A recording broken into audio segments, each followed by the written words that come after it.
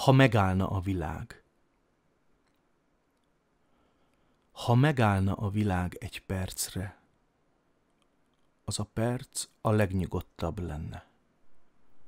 A zaj nagy levegőt venne, a csend uralkodna felette. Nem szólnának a fegyverek, nem rettegnének az emberek, csak a szellő szállna lágyan, ha elmennék, nem lenne honvágyam. Ha megállna a szeretet egy percre, nem rohanna el oly messze. A szívem örömmel tele lenne, pípacsok nyílnának benne.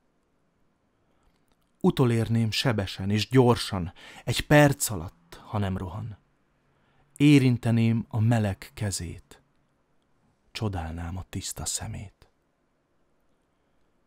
Ha az álom elveszne egy percre, az a perc kegyetlen lenne. Lelkem a sötét mélybe esne, feljönni nem lenne mersze. Elhajtanám azt az álnok percet, amit a sötét verem festett. Betemetném a fekete árkot, ültetnék rá 100 színű virágot. Ha az élet állna meg egy percre, a szívembe kongó üres csend lenne. Az lenne a nagy lecke. Igen, tudom, érzem, persze. Nem látnám a rohanó világot, de azt sem mit ültettem. 100 színű virágot.